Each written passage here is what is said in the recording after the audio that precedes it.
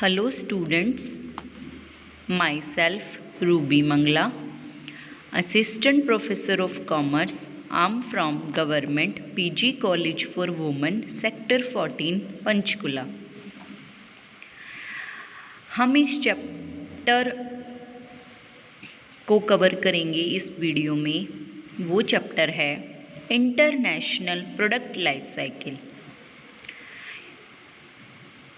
Product life cycle commerce के students ने पहले भी पढ़ा है, बट यहाँ पे एक और वर्ड ऐड हुआ है, दैट इज़ इंटरनेशनल वर्ड, जिसकी वजह से जो प्रोडक्ट लाइफ साइकिल है उसको हम स्टडी करेंगे इंटरनेशनल पॉइंट ऑफ व्यू से। First of all we are taking a brief meaning of product life cycle. देखिए, जैसे एक ह्यूमन बीइंग की एक लाइफ है, एक साइकिल है कि उसकी बर्थ से लेके डेथ तक वो डिफरेंट स्टेजेस को क्रॉस करता है, पास करता है। उसी तरह से हर एक प्रोडक्ट की भी अपनी एक लाइफ है। Each and every product is passing through various stages in its life. What are those stages we will further study in the same video.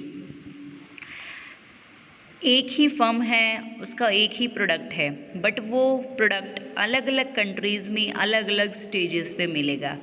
किसी कंट्री में वो फर्स्ट स्टेज पे है प्रोडक्ट, दूसरी कंट्री में वो प्रोडक्ट दूसरी स्टेज पे है।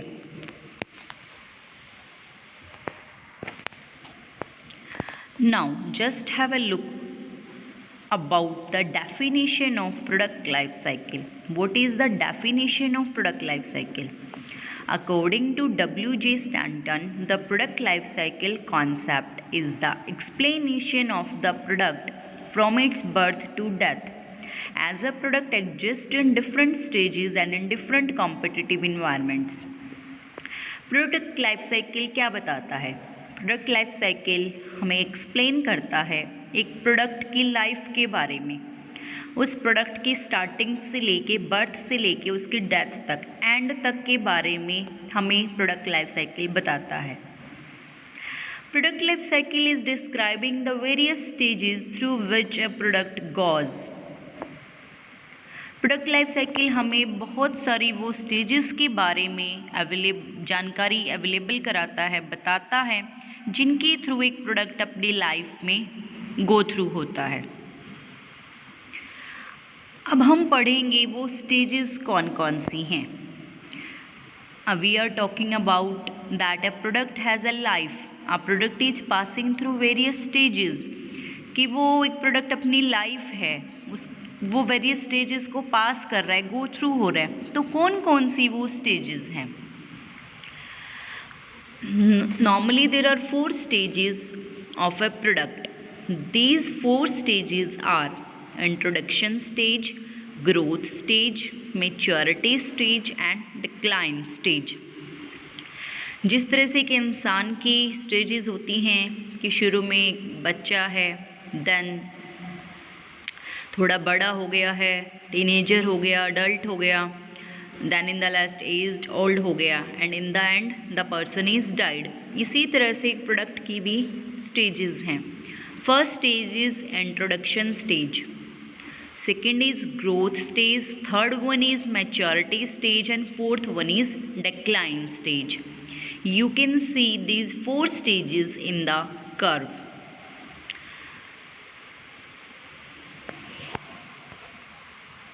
Now we will talk about the international product life cycle curve. अगर हम बात करें इंटरनेशनल प्रोडक्ट लाइफ साइकिल की, तो यहाँ पे अब हम बात करेंगे डिफरेंट कंट्रीज़ की। हर एक कंट्री डिफरेंट है। कोई कंट्री बहुत एडवांस्ड है, टेक्निकली एडवांस्ड कंट्री है, किसी कंट्री में ह्यूमन रिसोर्स अबंडेंट है, किसी कंट्री के पास रॉ मटेरियल अच्छा है। नॉर्मली अगर हम बात करें तो जो डेवलप्ड कंट्रीज़ हैं like USA, UK, they are very ahead in the innovation process. जो डेवलप्ड कंट्रीज़ हैं, अगर हम उन्हें कंपेयर करें अंडर डेवलप्ड कंट्रीज़ से, तो वो नए प्रोडक्ट्स बनाने में, इनोवेशन में बहुत आगे हैं। तो इंटरनेशनल जो प्रोडक्ट लाइफ साइकिल कर्व है, जैसे कि हम इस कर्व में भी देख सकते हैं, एक इनिशिएटिंग कंट्री है, एक अदर एडवांस्ड नेशंस के लिए कर्व है, एक कर्व एलडीसी जो लिस्ट डेवलप्ड कंट्रीज़ हैं, एक कर्व उनके लिए है। सबसे पहले बात आती है इनिशिएटिंग कंट्री की, इनोवेटिंग कंट्री की। इनोवेटिंग कंट्री क्या करती है? सबसे पहले एक प्रोडक्ट को इनोवेट करती है, डेवलप करती है। इनोवेटिंग कंट्री नॉर्मली वो कंट्री होगी which normally belongs to the highest developed country, उसके पास सारा रिसर्च है, फैसिलिटीज़ है। तो सबसे पहले जो इनोवेटिंग कंट्री है वो प्रोडक्ट को डेवलप करेगी। स्टार्टिंग में जो इनोवेटिंग कंट्री है वो जो प्रोडक्ट है, अपना प्रोडक्ट वो सेल करेगी अपनी ही कंट्री में, होम नेशन में, सो दैट कि उसको पता लगे कि प्रोडक्ट उसका एक्सेप्टेबल है या नहीं है, कंज्यूमर उसको लाइक कर रहे हैं या नहीं है, so that the country, the firm can get easily feedback about the product. और नॉर्मली जो एडवांस्ड कंट्रीज़ हैं, डेवलप्ड कंट्रीज़ हैं, उनके जो कस्टमर हैं they are normally rich customers, so they are not price sensitive and normally the new innovative product is costly and expensive product. So that's why जो innovative country है first of all सबसे पहले अपना product launch करती है अपनी ही market में। इसीलिए हम इस कर्व में भी देख सकते हैं इनिशिएटिंग कंट्री का जो एक्सपोर्ट है वो सबसे पहले शुरू होता है। इनिशिएटिंग कंट्री एक बार होम मार्केट में अपना प्रोडक्ट सेल कर देती है, उसके बाद धीरे धीरे वो अपना प्रोडक्ट एक्सपोर्ट करना स्टार्ट कर देती है दूसरी डेवलप्ड एडवांस्ड कंट्रीज़ में। इसके बाद जब मेन इनोवेटिंग कंट्री अपना प्रोडक्ट स्टार्ट कर देती है एक्सपोर्ट करना दूसरी कंट्रीज़ में, फिर उसके बाद थोड़े टाइम बाद जो दूसरी कंट्रीज़ हैं जो पहले मेन इनोवेटिंग कंट्री से इंपोर्ट कर रही थी, जो दूसरी एडवांस्ड कंट्रीज़ हैं वो भी धीरे धीरे उस प्रोडक्ट को बनाने लग जाते हैं, मैन्युफैक्चर करने लग जाते हैं और एक्सपोर्टर बन जाते हैं। सो वी कैन से जो अदर एडवांस्ड नेशंस हैं, we can see in the curve जो अदर एडवांस्ड नेशंस हैं जो पहले इंपोर्टर थे, जो पहले इनिशिएटिंग कंट्री से प्रोडक्ट को इंपोर्ट कर रहे थे, अब वही लोग, वही कंट्रीज़ खुद मैन्युफैक्चर करके उस प्रोडक्ट की एक्सपोर्ट करने लग जाते हैं। उसके बाद धीरे धीरे जो प्रोडक्ट है उसको जो अंडर डेवलप्ड कंट्रीज़ हैं, लिस्ट डेवलप्ड कंट्रीज़ हैं जो हमने एलडीसी के नाम से शो किया है, वो भी उस प्रोडक्ट को बनाने लग जाती हैं। जो नॉर्मली अंडर डेवलप्ड कंट्रीज़ हैं उनके पास एक कंपैरेटिव एडवांटेज है लेबर का, उनके पास लेबर अवेलेबल है, इजीली अवेलेबल है, लेबर की कॉस्ट भी कम है। तो जो लास्ट में कंट्रीज़ बना रही हैं वो बेसिकली अब जो प्रोडक्ट बना रही हैं उनको वो सस्ता पड़ता है, चीपर पड़ता है because of the low labour cost. अब इस स्टेज पे जो अंडर डेवलप्ड कंट्रीज़ हैं जो कि पहले इंपोर्टर थी, अब they become the major exporter of these goods. इस स्टेज को हम स्टेज ऑफ रिवर्स इंपोर्ट भी बोलते हैं, क्योंकि इस स्टेज पे सिचुएशन ऐसी बन जाती है कि जो लिस्ट डेवलप्ड कंट्रीज़ हैं वो एक्सपोर्टर बन जाती हैं उसी प्रोडक्ट की जिसको पहले मेन इनिशिएटिंग कंट्री ने इनोवेट किया था, जिसको पहले इनिशिएटिंग कंट्री ने ही एक्सपोर्ट करना शुरू किया था। So this is known as a stage of reverse import because in this stage the innovating countries and other countries become importer and the under developed countries become the exporter. That's why it is known as a stage of reverse import also. Now we will study the different stages. Normally there are 5 stages, normally there are 4 stages: introduction, growth, maturity and decline. But because we are discussing the product life cycle at the international level, that's why one more stage is added here, that is the reverse import stage, which I have discussed now. Now we will study these 5 stages in detail. First of all, there is an introduction stage. You can see in the graph, on the OX axis the time is shown and the OY axis quantity is shown. There are 5 stages. Stage 1 introduction, stage 2 growth, stage 3 maturity, stage 4 decline, and stage 5th, the last stage is reverse import stage. Stage 1 introduction. Introduction stage में क्या होगा? Introduction stage is the first stage. Normally this stage is related to the first of all with the innovating country. Innovating country इस stage पे क्या करेगी? सबसे पहले product को डेवलप करेगी, क्योंकि इनोवेटिंग कंट्री है, उसके पास रिसर्च है, फैसिलिटी है, तो नॉर्मली हम बोल सकते हैं कि स्टार्टिंग में इंट्रोडक्शन स्टेज में जो इनोवेटिंग कंट्री है उसकी मोनोपोली भी होती है. लाइक यूएसए है, यूके है. तो इस स्टेज में जो इनोवेटिंग कंट्री है उसकी फर्म्स हैं वो अपने ही मार्केट में उस प्रोडक्ट को सेल करते हैं. Then the second stage is growth stage. Growth stage, इस स्टेज में क्या होता है? This is shown from the point A to B, that is A B is the stage 2, growth stage. अब क्या है, जो इनोवेटिंग कंट्री है उसने जो प्रोडक्ट बनाया था पहले तो वो होम मार्केट में ही सेल कर रही थी, दैन धीरे धीरे प्रोडक्ट को वो दूसरी कंट्रीज़ में, फॉरेन कंट्रीज़ में भी अपना प्रोडक्ट सेल करना शुरू कर देती है. मीन्स वो अपना प्रोडक्ट एक्सपोर्ट करना शुरू कर देती है. इस स्टेज में जो इनोवेटिंग कंट्री थी वो नॉर्मली अपने जैसे ही जो एडवांस्ड ही कंट्रीज हैं दूसरी एडवांस्ड कंट्रीज़ में ही अपना प्रोडक्ट एक्सपोर्ट करती है, क्योंकि नॉर्मली जो दूसरी एडवांस्ड कंट्रीज हैं उन्हीं से उनकी लाइकिंग, टेस्ट, प्रेफरेंस मैच करते हैं. इसीलिए वो अपनी होम कंट्री जैसे ही दूसरे नेशंस में प्रोडक्ट को एक्सपोर्ट करना शुरू करती है. और दूसरी चीज़ क्या है, जो डेवलप्ड नेशंस के कस्टमर्स हैं they are less price sensitive. So if product is costly because of being based on new technology they are not going to hesitate to buy the product. That's why in this growth stage the innovating country starts to export its product to the other advanced nations. Then comes the third stage, that is the maturity stage. It is shown from the point B to C, that is BC. इस stage में क्या होता है, जो product है वो अपनी maturity stage पे पहुंच जाता है.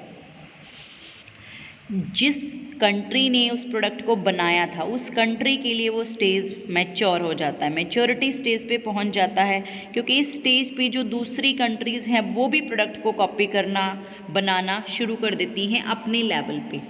जो दूसरी कंट्रीज़ हैं now they are not going to import it from the innovating country, वो भी अपने यहाँ अपने लेवल पे अपने प्रोडक्ट को बनाना शुरू कर देती हैं. तो जो मेन इनोवेटिंग कंट्री थी जिसने उस प्रोडक्ट को बनाया था उसके लिए जो प्रोडक्ट है वो मैच्योरिटी स्टेज पे पहुँच जाता है. इस केस में जो इनोवेटिव कंट्री थी उसका जो एक्सपोर्ट है वो काफ़ी कम, लगभग 0 के करीब हो जाता है, बिकॉज जो दूसरी कंट्रीज़ हैं they have started to manufacture the same product which they use to import from the innovative country. Now here comes our fourth stage, that is decline stage, which is shown from the point C to D. This is the decline stage. This is from the point of view of the innovative country जिसने starting में इस product को बनाया था. अब उसकी cell क्या हो गई है, बिल्कुल 0 हो गई है. The country is not going to promote its product. The country is normally not going to modify its product because there are no chances for its sale. तो यहाँ पे कंट्री क्या करती है, नॉर्मली अपना जो प्रोडक्शन है वो बंद कर देती है और उसकी जो एक्सपोर्ट थी वो इस स्टेज पे बिल्कुल 0 नील हो जाएगी. Then comes the reverse import stage which we have already discussed. This is shown from the point D. इस स्टेज में क्या हो जाता है, रिवर्स फ्लो होता है. जो इनोवेटिव कंट्री जिसने प्रोडक्ट स्टार्टिंग में बनाया था, एक्सपोर्ट किया था, अब वही कंट्री वही प्रोडक्ट दूसरी कंट्रीज से इंपोर्ट करेगी, क्योंकि अब वही प्रोडक्ट दूसरी कंट्रीज़ बना रही हैं, लेस डेवलप्ड कंट्रीज और अदर एडवांस्ड कंट्रीज़, और वहाँ पे वो प्रोडक्ट की मैन्युफैक्चरिंग सस्ती भी पड़ रही है. इसलिए अब इस केस में जो इनोवेटिव कंट्री है वो यहाँ पे इंपोर्ट करना शुरू कर देती है, जो स्टार्टिंग में उसी प्रोडक्ट को एक्सपोर्ट करती थी। Now we will study some exceptions to the product life cycle theory, कि हम बात करते हैं कि हर एक प्रोडक्ट की एक लाइफ है। सबसे पहले इंट्रोडक्शन स्टेज आएगी, देन ग्रोथ आएगी, मैच्योरिटी, डिक्लाइन स्टेज आएगी। बट कुछ एक्सेप्शंस भी हैं, कुछ प्रोडक्ट्स ऐसे हैं जहाँ पे product life cycle theory apply नहीं होती। These exceptions are first of all for those products which have rapid innovation. कुछ प्रोडक्ट्स ऐसे हैं जो बहुत ही ज़्यादा इनोवेटिव हैं, like mobile phone, computer, laptop. ये प्रोडक्ट्स ऐसे हैं जो बहुत जल्दी मार्केट में आते हैं और आउट हो जाती हैं मार्केट से, तो नॉर्मली वो introduction, growth, maturity, decline stage से पास नहीं करते। इस केस में जो प्रोडक्ट का लाइफ टाइम है वो बहुत ही ज़्यादा छोटा हो जाता है। Then we talk about the luxury products. Luxury products की जो डिमांड है नॉर्मली वो price sensitive in the developed countries नहीं होती है, इसलिए वहाँ पे अगर हम इनोवेटिंग कंट्री की बात करें तो वहाँ पे जो लग्जरी प्रोडक्ट्स हैं वो भी बहुत जल्दी आउट हो जाते हैं मार्केट से। एक लग्जरियस प्रोडक्ट आ गया, लोग उसको अपना प्रेस्टीज इशू भी मानते हैं, प्रेस्टीज के लिए प्रोडक्ट बाय करते हैं, they are not price sensitive, तो वो बहुत जल्दी प्रोडक्ट स्विच ऑन कर जाते हैं। आज उन्होंने एक कॉस्टली लग्जरियस प्रोडक्ट्स खरीदा, कल वैसा ही दूसरा कोई प्रोडक्ट आ गया तो they will buy the new one product because they are not price sensitive. तो जो एक्चुअल में जो प्रोडक्ट था, जो स्टार्टिंग में बना था, उसकी जो लाइफ है वो बहुत ही कम हो जाती है। देन है products based upon the complex technology. कुछ ऐसे प्रोडक्ट्स हैं जो कॉम्प्लेक्स टेक्नोलॉजी पे बेस्ड होते हैं, तो जो डेवलपिंग नेशंस हैं उनके पास नॉर्मली इतना कैलिबर या स्किल नहीं है कि वो उस प्रोडक्ट को कॉपी कर पाएंगे। तो इस केस में क्या हो जाता है, वो जब दूसरी कंट्रीज़ कॉपी नहीं कर पाती तो जो डेवलप्ड नेशंस हैं they may not like to give the licence of these products to the another countries. तो इस केस में जो डेवलप्ड नेशंस हैं या अदर डेवलप्ड कंट्रीज़ हैं वो उस प्रोडक्ट को नहीं बना पाते हैं। देन है products requiring the specialised labour. कुछ प्रोडक्ट्स ऐसे हैं जिनमें कुछ स्पेसिफिक स्किल की ज़रूरत है जो केवल कुछ ही कंट्रीज़ के पास ही है। जो दूसरी कंट्रीज़ हैं उनके पास वो लेबर, वो स्किल नहीं है कि वो उस प्रोडक्ट को बना पाएँ। तो इस केस में जो इनोवेटिंग कंट्री है वो अपनी प्रोडक्शन किसी दूसरी कंट्री में शिफ्ट नॉर्मली नहीं करेगी, जिसकी हम बात करते हैं कि एक बार इनोवेटिंग कंट्री ने प्रोडक्ट बना लिया तो वो दूसरी कंट्रीज़ में जाके भी प्रोडक्शन करना शुरू कर देते हैं, वहाँ पे सस्ती भी पड़ती है उनको। बट इस केस में जब स्पेशलाइज्ड लेबर की रिक्वायरमेंट है तो production operations will not shift from the developed nations to the developing nations. तो डेवलपिंग नेशंस उस प्रोडक्ट को नॉर्मली नहीं बनाएंगे, जो हमने प्रोडक्ट लाइफ साइकिल की स्टेजेस में डिस्कस किया था। तो कुछ प्रोडक्ट्स ऐसे हैं जहाँ पे हमारी प्रोडक्ट लाइफ साइकिल की थ्योरी एप्लीकेबल नहीं होती। Now we will discuss some factors which affect the product life cycle in the international market. बहुत सारे ऐसे डिटर्मिनेंट्स हैं, फैक्टर्स हैं जो प्रोडक्ट लाइफ साइकिल को अफेक्ट करते हैं। First factor is rate of technology development. जितनी एडवांस टेक्नोलॉजी, जिस फास्ट स्पीड से टेक्नोलॉजी चेंज होती है उतना ही प्रोडक्ट का जो लाइफ टाइम है वो शॉर्ट हो जाता है, छोटा हो जाता है। देन है एंट्री ऑफ द कॉम्पिटिटर्स। जितनी जल्दी कॉम्पिटिटर्स मार्केट में एंटर कर पाएंगे, इजीली प्रोडक्ट को इमीडिएट कर पाते हैं, उतना ही प्रोडक्ट का जो लाइफ साइकिल है वो छोटा हो जाएगा। Because new competitors will come, they will produce the new product, they will do the modification in the existing product and customers will buy the new product and it will be replaced by the new product. So जो old product है उसकी life कम हो जाएगी because of the entry of the competitors. Then our next factor is risk bearing capacity. जो firms हैं, innovating country है, उसकी रिस्क होल्ड करने की, रिस्क बियर करने की कैपेसिटी कितनी है। अगर वो इजीली रिस्क बियर कर सकते हैं, ज़्यादा बियर कर सकते हैं, they can manage their products, तो उनका प्रोडक्ट जो है थोड़ा लंबा चलेगा, उनके प्रोडक्ट की लाइफ थोड़ी लंबी हो जाएगी। Otherwise they are not much risky, वो रिस्क नहीं बियर कर सकते तो प्रोडक्ट जो है वो जल्दी ही मार्केट से आउट हो जाएगा और प्रोडक्ट की लाइफ कम रहेगी। Economic and managerial resources also affect our product life cycle.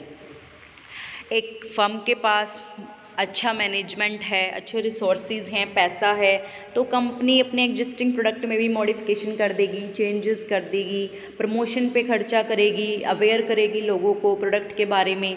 तो कंपनी हैव ए चांस और a firm have a chance to get the life of इस प्रोडक्ट एक्सपेंडेड, बढ़ाने के चांसेस हैं अगर आपके पास सोर्सेज हैं, मैनेजमेंट है।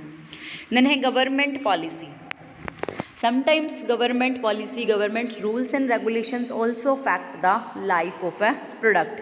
गवर्नमेंट अगर किसी प्रोडक्ट की पैकेजिंग के रिगार्डिंग रूल्स बना दे, किसी प्रोडक्ट पे बैन लगा दे बिकॉज ऑफ इट्स इंग्रेडिएंट्स, तो अगर हम किसी भी ऐसे प्रोडक्ट में डील कर रही हैं, कोई भी फर्म किसी प्रोडक्ट में डील कर रही है जिसके ऊपर अगर गवर्नमेंट कंट्रोल करती है, रिगार्डिंग पैकेजिंग, रिगार्डिंग बैन कर देती है, तो उस केस में प्रोडक्ट की लाइफ छोटी हो जाती है। देन है प्रोडक्शन बाय द पेटेंट। अगर आप एक प्रोडक्ट को बना रहे हो, आपने उसका पेटेंट करा लिया है, then you have a monopoly over that, no one other firm is going to produce that one product. इस केस में तो जो प्रोडक्ट की लाइफ है वो लंबी हो जाती है बिकॉज दूसरे मैन्युफैक्चरर्स उस प्रोडक्ट को नहीं बना पाएंगे। So these are some factors which are going to affect the life cycle of a product in the international market. Now we will study in brief the utility of study of the product life cycle। कि जो product का life cycle है, we are discussing the stages, introduction, growth, maturity, decline, what's its benefit, इसका फ़ायदा क्या है। Product life cycle को study करने से एक फर्म को काफ़ी सारे बेनिफिट्स मिलते हैं। First of all, it is very helpful in product planning and development. एक फर्म अपने प्रोडक्ट के बारे में प्लान कर सकती है। अगर एक फर्म का प्रोडक्ट मैच्योरिटी, डिक्लाइन स्टेज पे आ गया है, then firm can take a decision to discontinue the product and it can plan to manufacture और go for a new product. It is helpful in price determination. एक product कैसा है, अगर एक प्रोडक्ट हमारा नया है, बहुत इनोवेटिव है, एडवांस्ड कंट्रीज़ में है, तो कंपनी उस प्रोडक्ट के लिए हाई प्राइस भी चार्ज कर सकती है। बट अगर कंपनी उसी प्रोडक्ट को लेस डेवलप्ड नेशंस में सेल कर रही है, then there people are price sensitive, then company has to reduce the price. So the study of product life cycle is very helpful in deciding the price determination. In the initial stage, the company can keep the prices of its product high so that it can scheme the cream of the market. But if the product is at the decline stage, then it's not possible at all for the firm to keep the prices of its product high. So it is very helpful to determine the price. PLC is very helpful in designing the promotional strategy.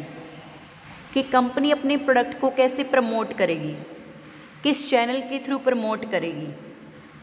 In the starting when there is introduction stage, the consumers are not aware about the product, then company needs to spend a lot of money to promote its product to get the consumers aware about the product.